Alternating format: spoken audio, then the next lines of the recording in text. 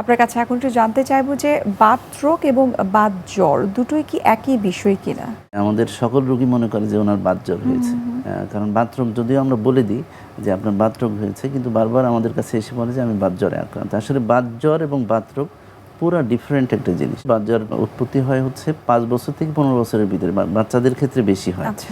এবং সাধারণত আমাদের বিশেষ ধরনের একটি ব্যাকটেরিয়া ইনফেকশনের কারণে গলায় যখন হয় তার একটা প্রতিক্রিয়া হিসেবে বাতজ্বর হয়, এবং বাতজ্বরের শুরুতেই গিরা ব্যথা থাকে এবং সেটা 6 সপ্তাহের বেশি ইউজুয়ালি কন্টিনিউ করে না, এবং পরবর্তীতে এই বাতজ্বরটা ম্যানিফেস্টেশনটা আসলে হার্ট ভালভ আক্রমণ করে, এবং আমরা অনেকে দেখবেন যে হার্ট ভালভ রিপ্লেসমেন্ট করার আগে সেখানে সমস্যা হচ্ছে। এগুলোর মূল কারণ হচ্ছে বাতজ্বর, এবং বাতজ্বরের চিকিৎসা কিন্তু মূলত কার্ডিওলজিস্টরা করে। তবে শুরুতে আমাদের কাছে যদি ব্যথা নিয়ে আসে সেই পার্টটা আমরা অনেক সময় চিকিৎসা করি। শুরুর পার্টটা যখন ব্যথাটা হয় ওই সময় কিন্তু ডিফারেন্সিয়েট করাটা একটু ডিফারেন্ট। যেমন বাতজ্বরেরও গিরা ব্যথা হতে পারে, বাতরোগের কারণেও গিরা ব্যথা হতে পারে। আবার বাচ্চাদের ক্ষেত্রেও কিন্তু বাতরোগ হয়, যেমন JI1 বিশেষ ধরনের বাতরোগ আছে তাদের ক্ষেত্রে হয়।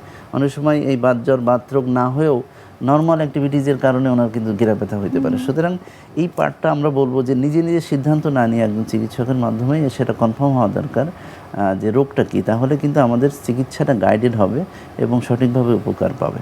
বাত রোগের ক্ষেত্রে আমরা সাধারণত জানি যে ইউরিক অ্যাসিডটা অনেক বেশি বেড়ে যায়, এবং এটার সাথে আসলে ভিটামিন ডি এবং ক্যালসিয়াম ডেফিসিয়েন্সির কোনো সম্পর্ক রয়েছে কিনা? ইউরিক অ্যাসিড বাড়াটা একটি ডিফারেন্ট বাত, যেটি আমরা গেটে বাত বলে থাকি, এবং সেই ইউরিক অ্যাসিড যখন বেড়ে যায় তখন হচ্ছে আমাদের গিরার ভিতরে এক ধরনের বিশেষ ধরনের ক্রিস্টাল তৈরি হয়ে হঠাৎ করে তীব্র মাত্রার ব্যথা তৈরি হয়।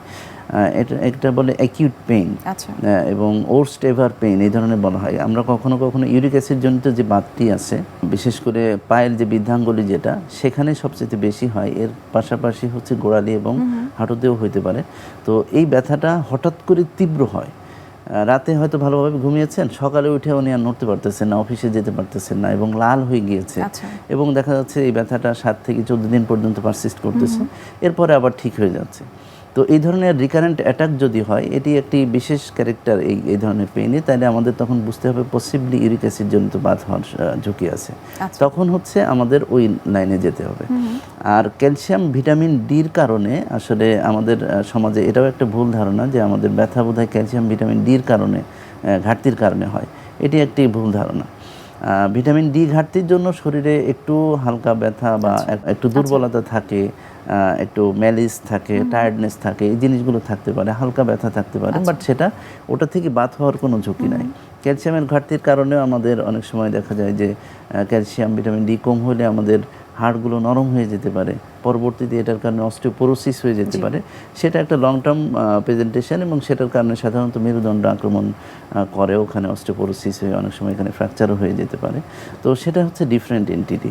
তো সুতরাং ক্যালসিয়াম এবং ভিটামিন ডির কারণে ব্যথা হচ্ছে, আমার মনে হয় এই ধারণা আমাদের এখন থেকে বলে যাওয়া উচিত যে এটার কারণে সাধারণত ওই ধরনের ব্যথা হয় না। আমরা এই বিষয়টি নিয়ে আরও বিস্তারিত জানার চেষ্টা করব, তবে এই পর্যায়ে আমরা একটু দেখে নিচ্ছি স্বাস্থ্য প্রতিদিনের নিয়মিত আয়োজন, কি খাবেন কেন খাবেন এই সেগমেন্টে।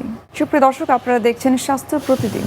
এই পর্যায়ে আমরা দেখে নিচ্ছি বিভিন্ন খাদ্যের পুষ্টি গুণাগুণ নিয়ে আমাদের পুষ্টিবিদের পরামর্শ। ইউরিক অ্যাসিড সচরাচর কিন্তু কমই দেখা যায়, এবং যাদের হচ্ছে তারা কিন্তু বেশ প্রবলেম ফেস করে থাকে। মূলত ইউরিক অ্যাসিড হচ্ছে আমাদের শরীরে পিউরিনের মাত্রা বেড়ে গেলে তখন ইউরিক অ্যাসিড দেখা যায়।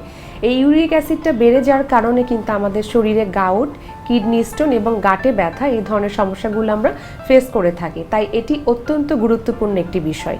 অবশ্যই খেয়াল রাখতে হবে, রক্ত পরীক্ষার মাধ্যমে কিন্তু আমরা জানতে পারবো যে আসলে আমাদের রক্তে ইউরিক অ্যাসিডের মাত্রা বেড়েছে কিনা। যদি কারো ইউরিক অ্যাসিডের মাত্রা বেড়ে যায় তাহলে অবশ্যই তাকে কিছু খাবার মেনটেন করতে হবে, যেমন পিউরিনযুক্ত খাবারগুলোকে অবশ্যই তার খাদ্য তালিকা থেকে বাদ দিতে হবে।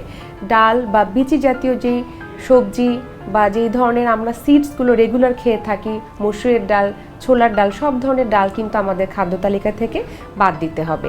এছাড়াও কিছু সবজি রয়েছে যেমন গাজর, মূলা, টমেটো, এছাড়াও বিচি জাতীয় যে সবজিগুলো রয়েছে এগুলো তার খাদ্য তালিকা থেকে বাদ দিতে হবে। এরপরে গরুর মাংস, আমরা কিন্তু খুব পছন্দ করে থাকি গরুর মাংস বা কলিজা।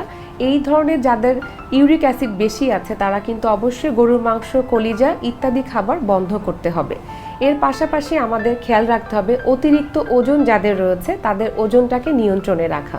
মনে রাখতে হবে অতিরিক্ত ওজন কিন্তু ইউরিক অ্যাসিড বাড়ার অন্যতম একটি কারণ, তবে খুব দ্রুত ওজন কমানো যাবে না।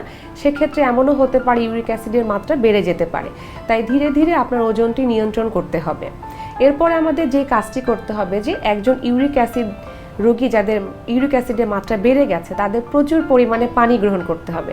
মনে রাখতে হবে শরীরে আমাদের অতিরিক্ত পানি গ্রহণে কিন্তু আমাদের শরীর থেকে এই অতিরিক্ত ইউরিক অ্যাসিডটা বর্জন করতে পারে। তাই একজন মানুষ দিনে কম পরিমাণে পানি গ্রহণ করে থাকলে কিন্তু তার ইউরিক অ্যাসিড বেড়ে যাওয়ার সম্ভাবনা অনেক বেশি থাকে। তাই আপনি প্রয়োজনে 8 থেকে 11 গ্লাস পানি অথবা এর চেয়ে বেশি পরিমাণে পানি আপনি প্রতিদিন গ্রহণ করবেন। মূলত ইউরিক অ্যাসিডগুলো যখনই বেড়ে যায় তখন এই খাবারগুলো বর্জন করলে, অতিরিক্ত পানি গ্রহণ করলে এবং নিয়মিত যদি সে একটু পরিশ্রম করতে পারে তাহলে দেখা যাবে তার ইউরিক অ্যাসিডটা নিয়ন্ত্রণে চলে আসছে। তবে অনেক সময় দেখা যায় ইউরিক অ্যাসিডের মাত্রা অনেক বেশি বেড়ে যায়, সেসব ক্ষেত্রে অবশ্যই আপনার চিকিৎসকের পরামর্শ নিতে হবে। চিকিৎসকের পরামর্শ নিয়ে আপনার ব্যবস্থা গ্রহণ করতে হবে।